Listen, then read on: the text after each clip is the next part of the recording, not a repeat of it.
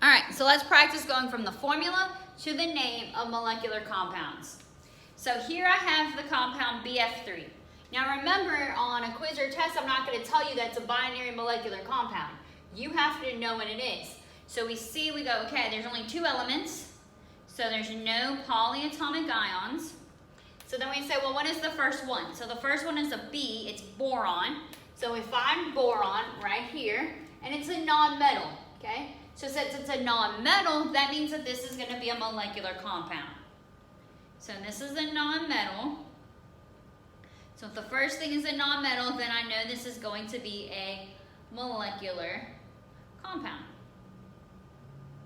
And so I can just go ahead and do my molecular naming rules, like my covalent bonding naming rules. So the first thing is to name the first element. So B stands for boron. Name the second element. The second is fluorine. We're going to drop the ending and add fluoride. Now we need the prefixes. Okay, how many B's do I have? I have 1 B. I have 3 F's. So the prefix for 1 is mono.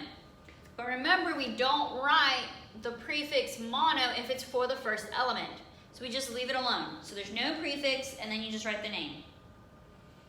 Then the second element has 3, so the prefix for 3 is tri, so you write tri, and then fluoride.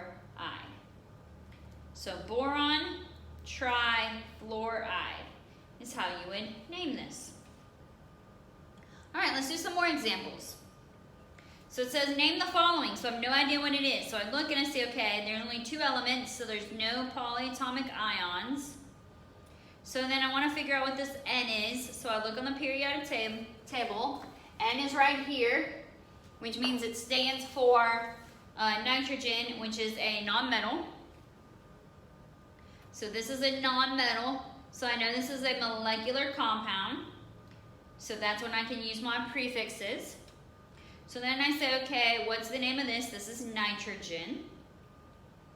What's the name of my second element? It's oxygen. I change the ending and write oxide. Okay. How many nitrogens do I have? I have 1 nitrogen and 2 oxygens. Do I use the prefix for 1 for nitrogen? No. Okay. And what's the prefix for 2? Di. So nitrogen dioxide. You can write it again if you want. And we don't drop the I here because it's not a, we only drop it if it's an A, even though oxygen starts with a vowel. All right, let's do the next one.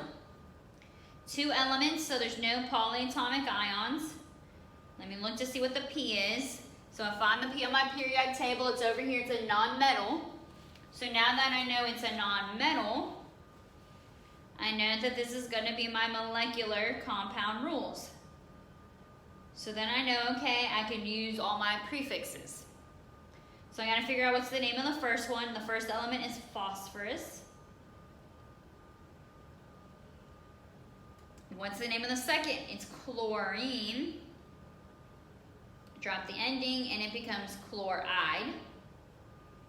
How many phosphorus do I have? I only have 1, so do I use the prefix? Nope.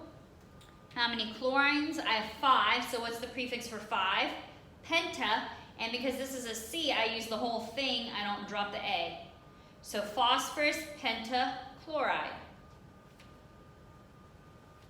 All right, let's do the next one. I have an I and an F, so there's no polyatomic ions because it's only 2 elements.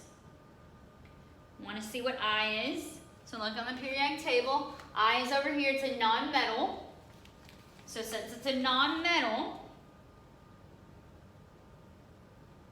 it's going to be a molecular compound. Molecular compound rules, not ionic. So then I want to say, okay, well, what is I? It is iodine. So I write iodine. Then what is F? F is fluorine. Whoops.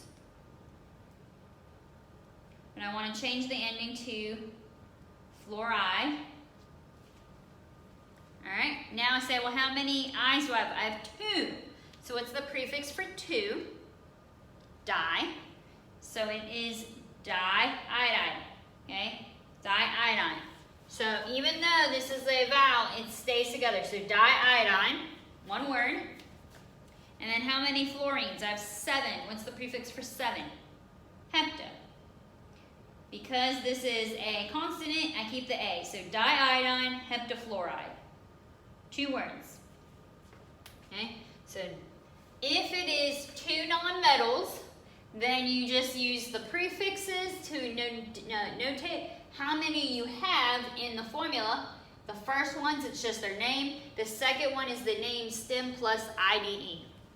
All right, so that's pretty straightforward, going from the formula to the name. So now let's practice going from the name to the formula. That's what we'll do in the next lecture.